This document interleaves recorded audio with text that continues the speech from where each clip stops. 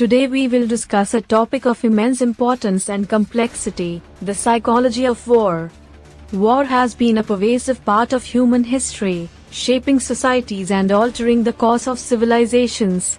But beyond the strategic maneuvers and political decisions, there lies a profound psychological dimension that impacts every individual involved, from soldiers and civilians to leaders and families. That impacts every individual involved, from soldiers and civilians to leaders and families.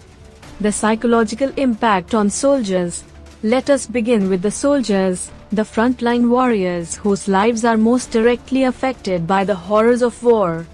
Combat exposes soldiers to extreme stress, fear, and trauma. Many experience combat stress reactions, which manifest as hypervigilance, anxiety, and emotional numbing.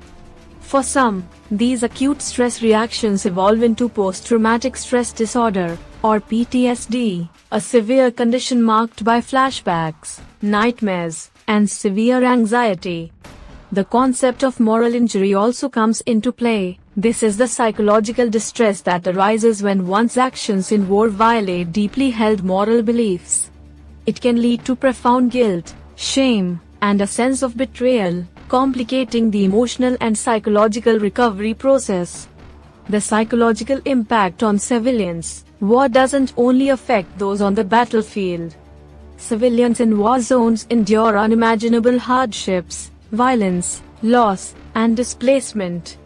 The trauma experienced by civilians can lead to mental health issues such as PTSD, depression, and anxiety. The disruption of social structures and community networks exacerbates these issues, leaving individuals isolated and vulnerable.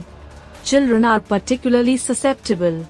Exposure to violence and loss during critical developmental periods can result in long-term emotional and behavioral issues, affecting their ability to trust, learn, and develop healthy relationships. Psychological warfare. War is not only fought with weapons but also with words and ideas.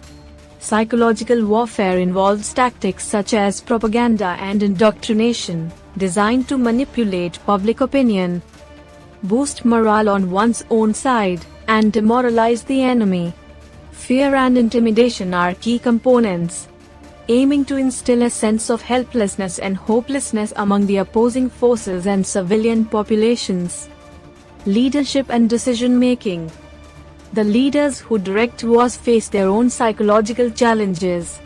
The stress and responsibility of making critical decisions under pressure can lead to cognitive biases and impaired judgment. Group dynamics within military units and command structures can further influence decision-making processes, sometimes leading to groupthink and conformity, which can have devastating consequences. Long-term effects and intergenerational trauma. The scars of war often persist long after the fighting has ended. Veterans face significant challenges in reintegrating into civilian life, dealing with physical and psychological injuries, and finding a new sense of purpose.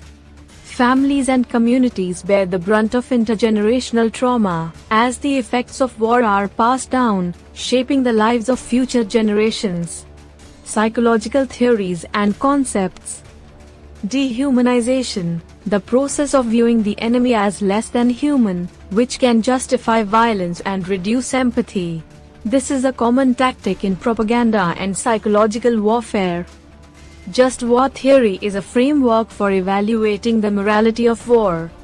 It involves principles such as legitimate authority, just cause, right intention, and proportionality. Collective memory and identity.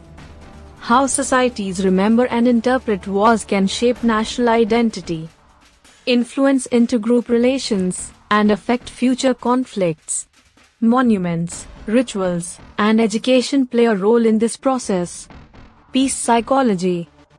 The study of how to promote peace, resolve conflicts, and prevent war. This includes understanding the psychological roots of conflict and developing strategies for peace building. It involves fostering dialogue, understanding, and cooperation among conflicting parties, and addressing the underlying psychological factors that drive war. Humanitarian psychology focuses on providing psychological support in humanitarian crises, including war zones. It involves training aid workers, offering trauma care, and promoting psychosocial well-being.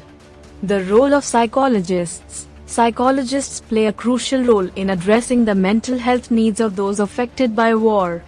Providing trauma-focused therapies, training local mental health professionals, and establishing sustainable mental health programs are just a few ways they contribute to healing and recovery.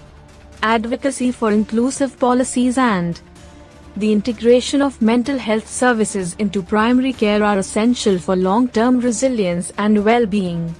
Conclusion: the psychology of war is a complex and multifaceted field that requires our deep understanding and attention.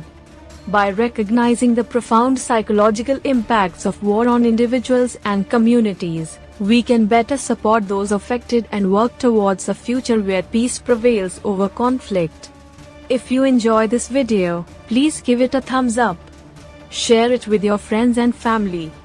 Don't forget to hit that subscribe button and click the bell icon so you never miss an update.